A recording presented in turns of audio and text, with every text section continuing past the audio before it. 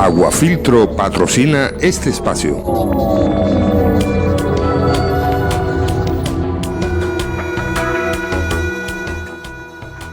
Bueno, ha llegado el momento tan esperado de los lunes, que aquí aguardamos siempre a Pedro Sánchez con interés, porque es un mundo que nos apasiona. ¿Qué tal, Pedro? ¿Cómo estás? Muy buenas tardes. Muy bien. Hola. Muy bien. Aguantando un poco. Hay que decir que empezaste la sección la semana pasada, sí, pero a partir de hoy, de esta noche, vamos a poner en iVoox una sección que va a ser Iter Criminis, se puede buscar así, muy bien, y vamos a poner todos los episodios de los lunes muy bien, por la noche, para que la sección tenga aparte su iVoox y sus oyentes en repercusión, sí, que está muy interesante.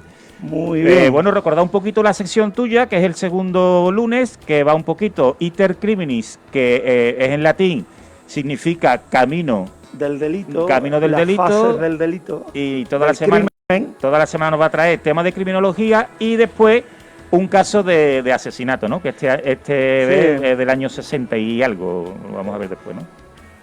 Bueno, como comentaba, la criminología, ya comentábamos que es una ciencia humana, social, multidisciplinar, y ahora, conociendo los padres de la criminología, veremos por qué confluyen tantas especialidades en ella. Nos vamos a centrar mediados final del siglo XIX, cuando esta ciencia se impulsa. La impulsan tres precursores principales, que fueron alumnos y discípulos del primero, que fue César Lombroso, que su verdadero nombre era Marco. Este hombre era médico, escritor, psiquiatra y criminólogo. Nació en Italia ya por 1835 y bueno, y era profesor de medicina legal en Turín. Observen de dónde viene esto siempre, de la medicina legal, del ámbito de lo social, de donde nos desarrollamos como personas. Destacaba, quizás la época daba cancha a ello, por la crudeza en la que exponía sus conclusiones, es decir, el padre de la criminología, Lombroso, no se cortaba cuando decía que el criminal nato adulto no tiene mucho remedio. Es necesario encarcelarlos para siempre. ¿Por qué? Porque según él, en su terapia del delito, no existía esa recuperación. Nos venía a decir en los casos de los incorregibles que era necesario suprimirlo. A que cuando hablamos de esto se nos vienen a la mente delincuentes natos, incorregibles. Han dejado salir, han delinquido otra vez. Bueno, pues esto es continuamente. La historia nos enseña que esto no es de ahora, que es continuo. Además, él pensaba que había que hacerlos desaparecer. Puede ser algo así como la pena capital, la pena de muerte. De muerte, como hay en algunos países, naciones del mundo. Sí, sí. Él comentaba que los incorregibles, cuando eran peligrosos, había que hacerlos desaparecer. Estamos hablando de un hombre que era médico, o sea, que era escritor, que era psiquiatra. ¿Qué época? 1835, empieza este hombre. Siglo XIX, ya lo veía ese hombre, Pepe. Este señor, Lombroso, afirmaba que las causas de la criminalidad, y vamos a dar un paso atrás y acordarnos de la semana pasada, sí, estaban totalmente relacionadas con la forma y las causas físicas y biológicas observables.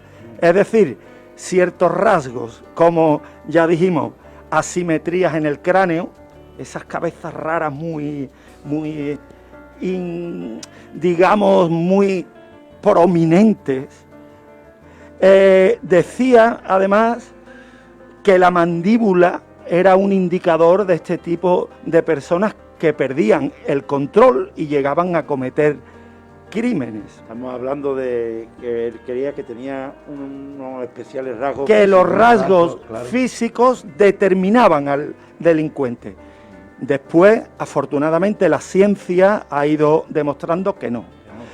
Hay una curiosidad que decía que los arcos superciliares, que son el arco que existe encima de la cavidad ocular, cuando esa parte era sumamente prominente, había que tener cuidado con esa persona. Estaban estigmatizando un poco ese tipo de físicos.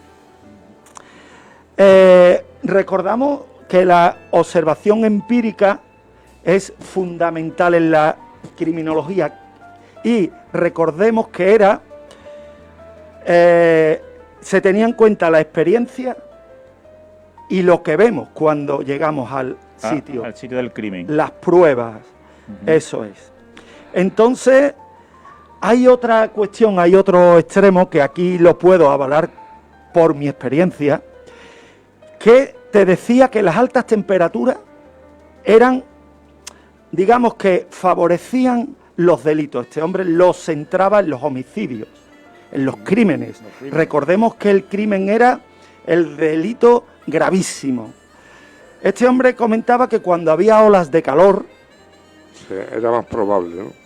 Y yo ratifico con mi experiencia laboral y profesional que el verano es propenso a problemas entre las personas. Pero porque es el día más... Tiene mejor el día, la estación del año hace más... menos frío, es más propenso a que la gente salga a la calle, ¿no? Por varias cuestiones. El calor, tú metes a una persona en una habitación donde hace calor y la reacción de su cuerpo y de su mente es irascible. No aguanta que lo miren, que le hablen, que le contradigan.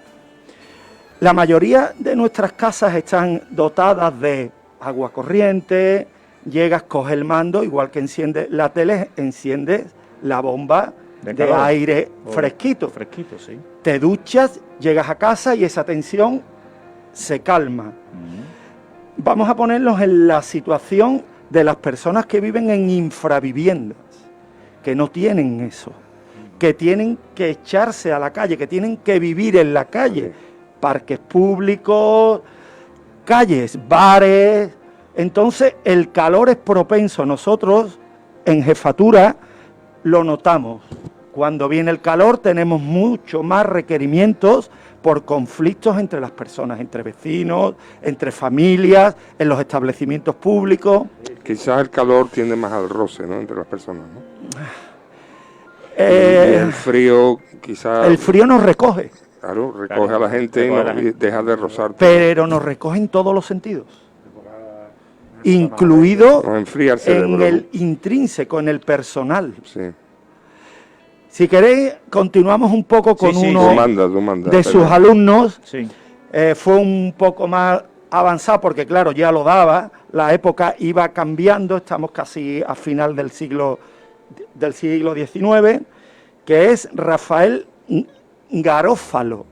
Son unos apellidos peculiares. De la pasta. Garófalo.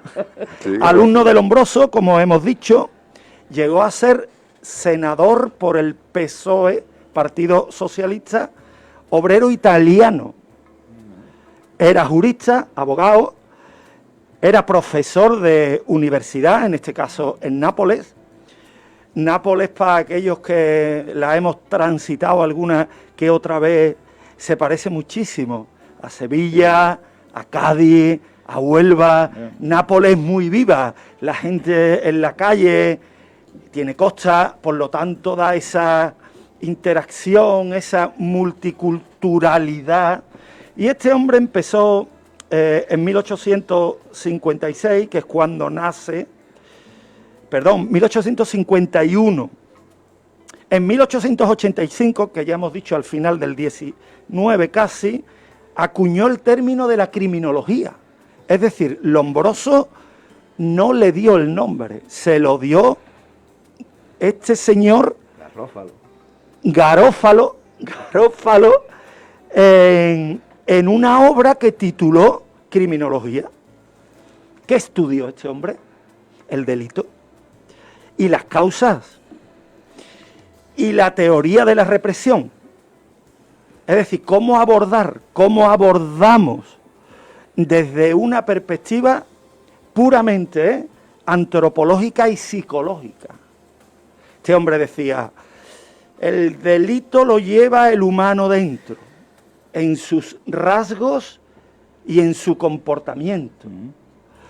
Publicó cosas curiosas y además se basa en los juristas alemanes y franceses. Recordemos que la ley es una parte de la criminología, los textos legales, las penas. ¿Dónde vienen recogidas las penas? En el Código Penal. El Código Penal, claro.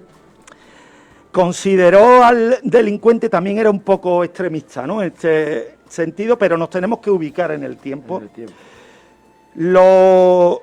Él piensa que el delincuente es una variedad involucionada de la especie humana. Es decir, era clasista. Había personas que no habían evolucionado adecuadamente, y ahí lo dejo. ¿Por qué? ¿Dónde se basaba este hombre? Voy a daros una pista, que verá cómo os metéis de lleno, como cuando hacéis la quiniela, que veo que os metéis a saco. Decía que eran involucionados porque eran incapaces de asimilar los valores de cada momento de la sociedad. ¿Qué entendemos por valores? A mí hay uno que me gusta ponerlo mucho, de ejemplo, porque además es una asignatura pendiente. La puntualidad. La puntualidad es un valor. Vamos a darle 1 el mínimo y 5 el máximo. Este hombre entendía que determinadas personas no asimilaban el valor de la puntualidad porque le daban 1 o 0. Vamos a meter otro valor en todo esto, el respeto, la educación. Entonces, este señor se basaba en los valores que la sociedad marcaba en ese momento histórico. ¿Pensáis que...? Pedro, perdona. Sí, lo escucho. La sintonía de patrocinadores y a la vuelta seguimos, ¿vale? En 1 minuto y medio volvemos.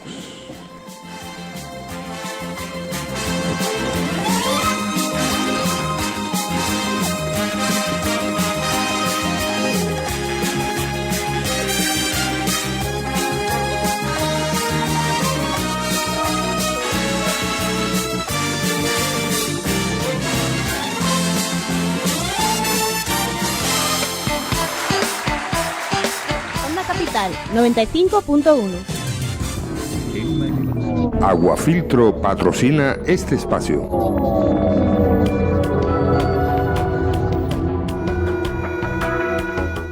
Y volvemos con Pedro Sánchez y su espacio Iter Criminis. Vamos a continuar un poco por los valores y vamos a mezclar otra vez primer programa con segundo. ¿Recordáis que había un determinado perfil de víctima? Sí. Vale. Ese perfil de víctima es detectado por aquellas personas que son crueles, no tienen por qué ser delincuentes, crueles. Si ven su debilidad, ¿no? Ahí entra el instinto asesino. El instinto asesino es otro extremo. Yo me estoy refiriendo a la persona que se aprovecha de la debilidad de otro. Claro, pero verá, hombre, en definitiva... El instinto asesino. Instinto asesino nos tendríamos que trabajar un programa para ver si el instinto asesino, si el delincuente hace, o sea, nace o se hace. El perfil. Si tenemos un momento de arrebato que no somos capaces de controlarnos y cometemos un acto tan extremista como es acabar con la vida de otra persona. Yo aquí voy a la carga de valores, no al hecho.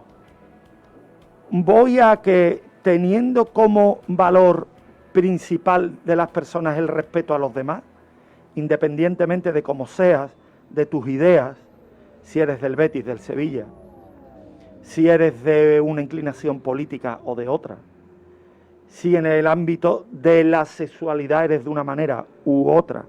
Y hay personas que eso son capaces de entenderlo como una debilidad y se aprovechan. Ahí voy a los valores humanos, donde se centraba este hombre. Nos vamos a meter aquí.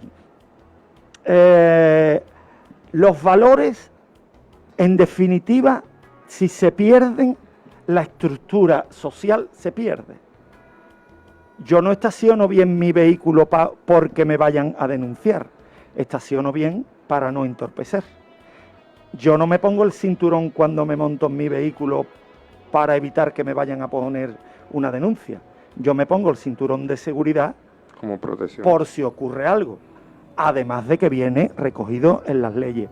Yo no respeto a una persona que tenga movilidad reducida porque tenga movilidad reducida. La respeto porque es un igual. Es una persona. Esas otras personas que no cumplen con los valores de la sociedad son los que al final delinquen, los que incumplen en los colegios. Los que están pendientes de las debilidades de los demás para poder delinquir, ¿no? En los colegios lo vemos. Claro.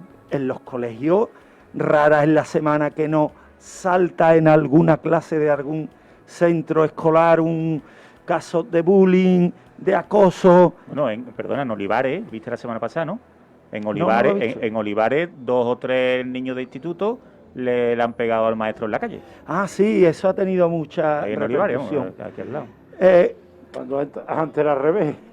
Sí, no, antes te dice tu madre, ¿te está pegando el maestro? Algo habrás hecho. Algo habrá hecho, exactamente. Que te decían cambiar los tiempos. Este señor defendía que la única forma de evitar el delito era eliminar los factores externos que dan pie a delinquir, estableciendo para ello una relación causa-efecto entre criminalidad y las circunstancias.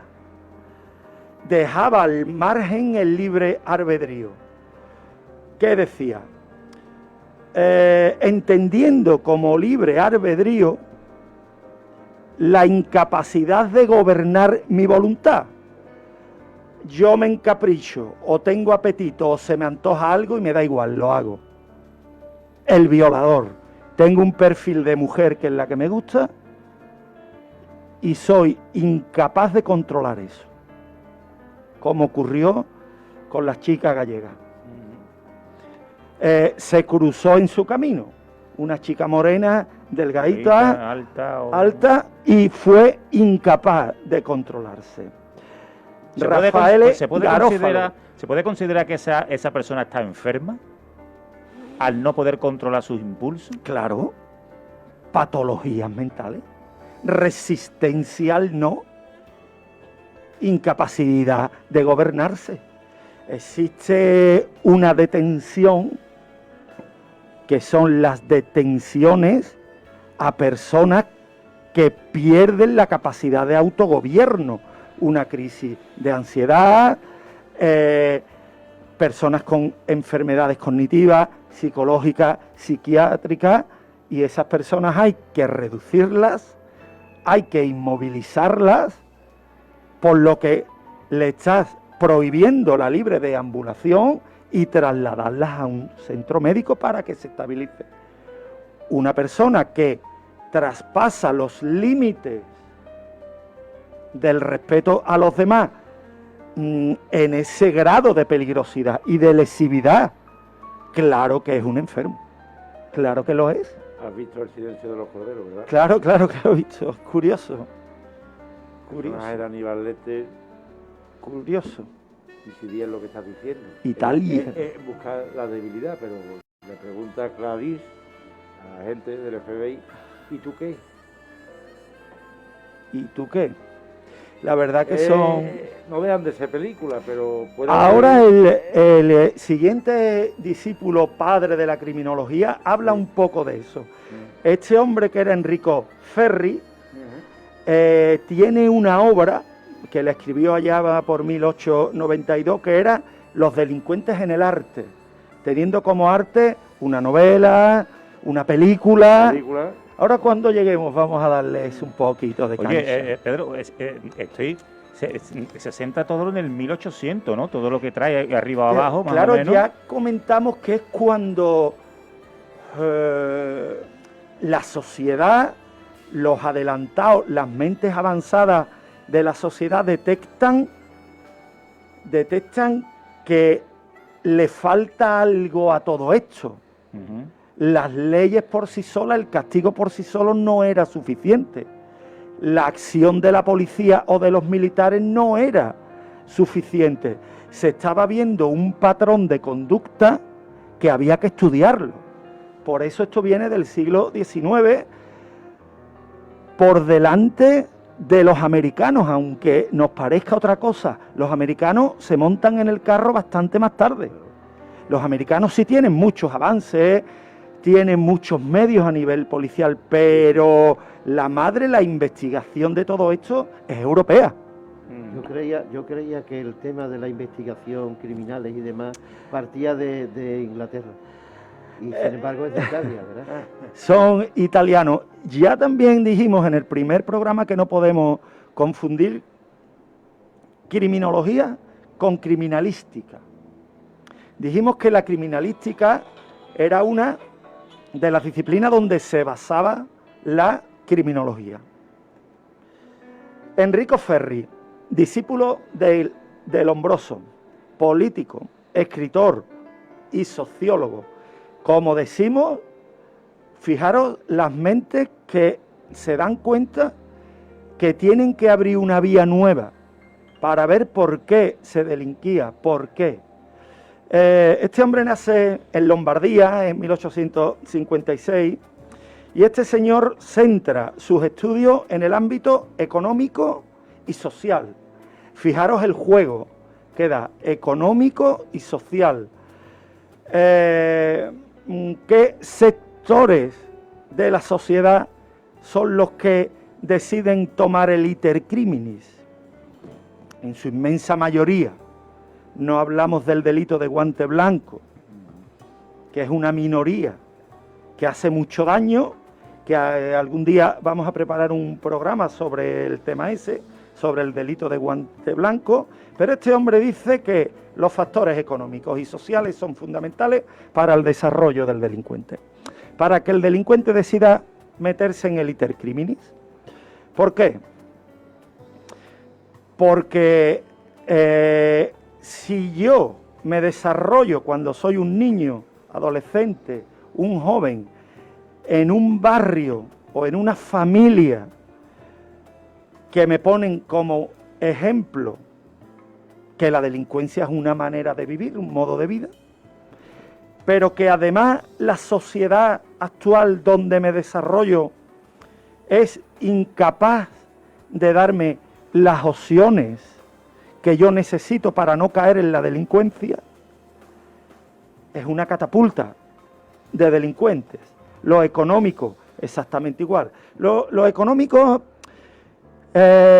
como en el ámbito de tener más, querer tener más, o económico para vivir. Hay delincuentes,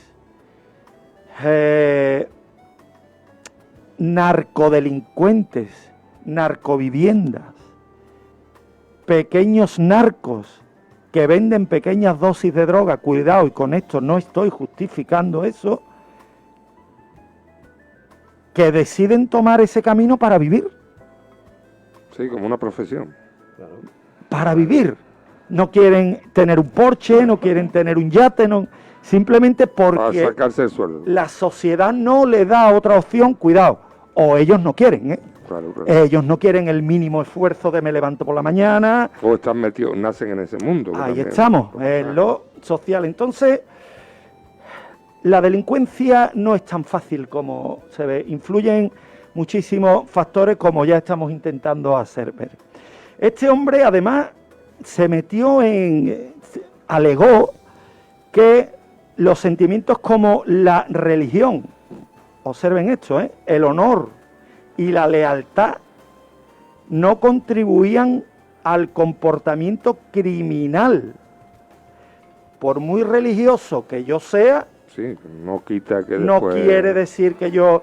Hay una serie muy curiosa sobre un narco colombiano y uno de sus sicarios llevaba una Biblia encima. Y antes de cometer la fechoría, abría y leía un rato la Biblia. O sea, el ser muy religioso no es un acicate para pararte, para que tú desistas. Comentaba también que la moral básica de las personas tampoco nos servían para no cometer delitos en algún momento de nuestra vida. Entramos en las dos obras principales, o al menos las que a mí más me han gustado, que una era la sociología criminal, donde te despeja todas estas cosas, donde tú te desarrollas con quien te relacionas, donde te crías. Eran pilares fundamentales para determinar cómo ibas a ser, tu camino de la delincuencia o no, y los delincuentes en el arte, como aquí hemos comentado antes.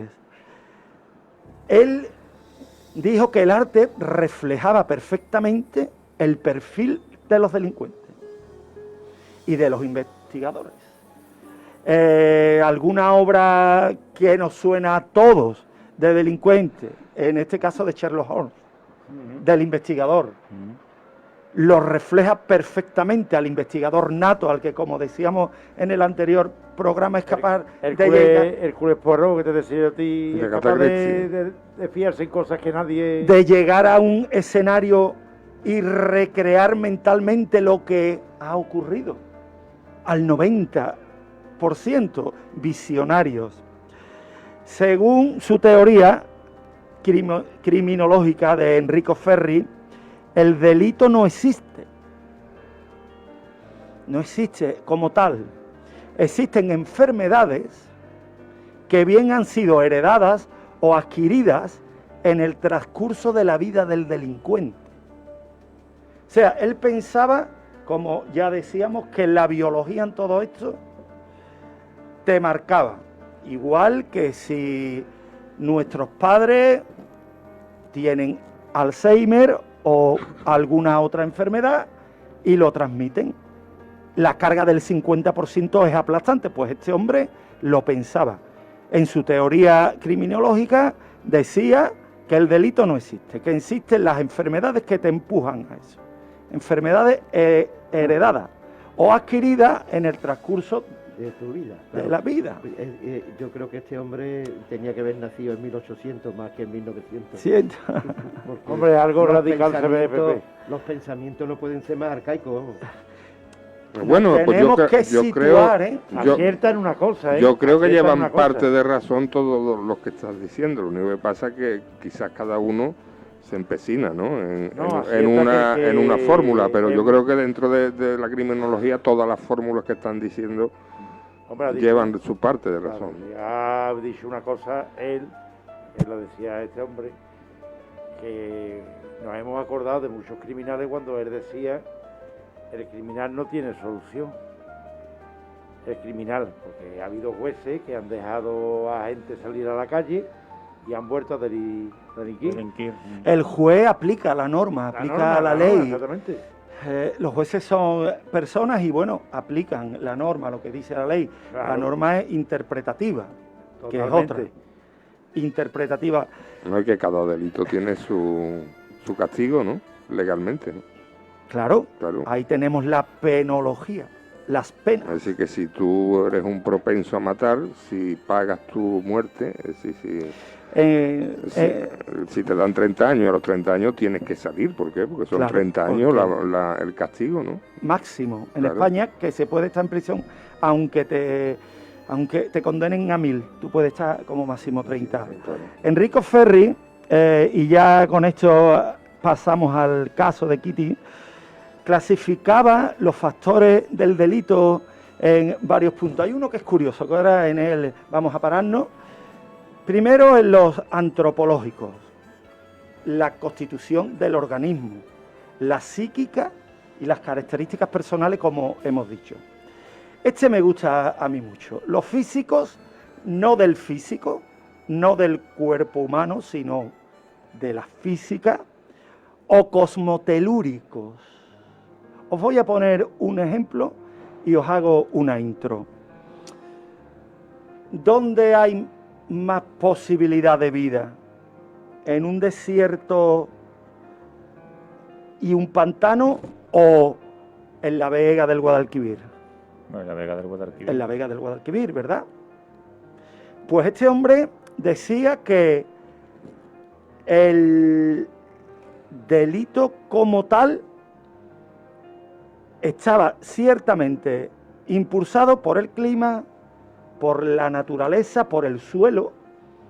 Conocemos todo el mundo parte de la tierra donde la vegetación, los animales, están por cientos de miles, por ejemplo, las selvas, ¿no? En un desierto no tenemos eso. En las selvas sí. O sea, hay espacios en la tierra que son más proclives a que el humano y los seres vivos se desarrollen. Y hablaba de las producciones agrícolas. La producción agrícola, recordemos que el campo, la agricultura es lo que nos mantiene. Si un año hay plagas, hoy en día controladas por los químicos y hay poca alimentación, sube la delincuencia, ¿verdad? Claro. Pues este hombre se centró en cosas así muy curiosas, pero desde mi punto de vista con cierta razón. Sí. Y por último, un factor que, como ya hemos dicho, le daba mucha importancia, era el factor social, la densidad de población. Esto me ayudó a introducir el caso de Kitty Genovese, una chica que vivía en Nueva York, y donde la densidad de población, imaginaros en una gran ciudad como es, las costumbres, la religión, la familia, como soporte, las adicciones, y centrándonos en el momento histórico en el que estamos, el mundo ahora, las leyes civiles y penales. La normativa civil a día de hoy la marca el Gobierno de la Nación y la Junta de Andalucía para parar la pandemia. No es lo mismo que cuando este señor escribió allá por finales del 19, pero fijaros la cantidad de normativa nueva a la que nos tenemos que adaptar de una semana para otra. Bueno, de hoy para mañana, que va a salir en Herbós a los municipios nuevos. Efectivamente. De hoy para mañana. Entonces, la ley, la normativa, si recordáis en el programa anterior, yo hacía mi aporte personal como criminólogo y como trabajador de la administración pública, que estoy en contacto con la calle y con los problemas de los vecinos a diario. La política, como se dictan las normas, es fundamental. La política criminal o la política que dicta las normas de toda la vida ha sido fundamental. Bueno, de toda la vida, desde que se data, ¿no?, la criminología y las normas. Si queréis, continuamos con el caso, Kitty. ¿no? ¿Quién era Kitty? Pero perdona, ¿quién hace las normas o es que dicta las leyes? Sí. ¿Está metido en el ajo como tú has estado metido en el ajo? Cuidado, a esto, Él se refiere que no es Que igual antes dictar de las normas en ser- despachos Yo entiendo, Miguel, que los que están en la calle. yo entiendo que el que hace una norma entiende de lo que está hablando. Esas personas tienen a sus asesores muy buenos. Cuidado también que muchas veces Bueno, no es así. Muy buenos. Que nos vamos a ir de tiempo, que vamos bien de tiempo. Kitty Genovese, ¿quién era? ¿Quién era Kitty Genoveses? Kitty Genovese Era una chica de 28 años que vivía en Nueva York, tenía un trabajo que llegaba a casa de madrugada. Allá por 1964 la está esperando un hombre y este señor decide aproximarse a ella. Tenemos que centrarnos en un barrio neoyorquino de viviendas todas juntas con muchas ventanas. Por marzo en Nueva York hace frío, pero siempre hay gente. Nueva York es la ciudad viva que no duerme. La ciudad que no duerme. Y el señor este le asesta varias puñaladas. La deja tirada en el suelo. Lo ven personas. La deja tirada en el suelo. Las personas que lo ven nos llaman a la policía, no la atienden. Ahora diremos el por qué, pero este hombre vuelve. Le da otras pocas de puñaladas, la apuñala, sigue viva porque empieza a gritar. Los testigos después, cuando la policía le toma manifestación, dijeron que lo vieron desde el principio, después que ven cómo llega, cómo la vuelve a apuñalar, cómo la viola y cómo le roba un puñado de dólares. Claro, el New York Times se hace eco de esto. No es normal. Hombre, pasaría porque si apuñala, vuelve y encima la viola, estamos hablando de un tiempo... Aproximadamente 30 minutos. Se entran los testigos entre 15 y 40. Los testigos directos, presenciales. ¿Qué ocurre? Perdona, pero eso sería por la noche, ¿no? Claro, eso es entre las 3 y las 4 de la mañana. Claro. Unos autores te dicen a las 3, otros a las 4, otros a las 4 y media de madrugada, cuando la chica volvía. ¿Qué pasa? Aquí, además del crimen duro, además del mirar para otro lado de sus vecinos, para los investigadores llama la atención que ha ocurrido. ¿Por qué? ¿Por qué? ¿Por qué nadie llama a la policía? ¿Por qué nadie la socorre? ¿Por qué nadie hace nada? Salvo un vecino que le gritaba que te vayas, que te marches. Después descubren que el asesino violador es una persona que estaba perturbada psíquicamente. ¿Dónde vamos? Esto crea la teoría de la difusión de la responsabilidad. Y ahí lo dejo. Teoría de la difusión de la responsabilidad. ¿Por qué voy a llamar yo? ¿No lo está viendo también mi vecino? ¿Por qué me voy a meter yo? Para tener problemas. Fijaros a los investigadores, a los criminólogos, a los sociólogos, las preguntas que se le plantean. Esto entonces es una selva urbana. Claro, claro. El que más fuerte sea es el que pueda, porque nadie nos va a ayudar cuando estemos en apuro. Nos tenemos también que centrar en el momento histórico que no existían teléfonos móviles. Hoy en día no ocurriría eso porque todo el mundo llevamos un móvil en el bolsillo y hubiésemos llegado. Ese crimen fue por un perturbado Arrímate un poquito. Por un perturbado mental y ya está, y ahí acaba la historia. No había nada más detrás. Nada más. Perturbado mental que detecta... La primera que pasó. Que detecta a una chica de madrugada y decide violarla, matarla y quitarle alrededor de $50. Pues Pedro, nos tenemos que ir, esto se queda súper corto. Tenemos ganas de más, pero... Bueno, la semana que viene otro ratito. Continuaremos. Claro que sí. Kitty Genovese. Esto marcó un antes y un después. En la investigación social del crimen, de la observación de los testigos. ¿Qué pasa con nosotros? ¿Qué pasa con la condición humana? Bueno, pingüinos. Que nos vamos. El lunes que viene más mañanas.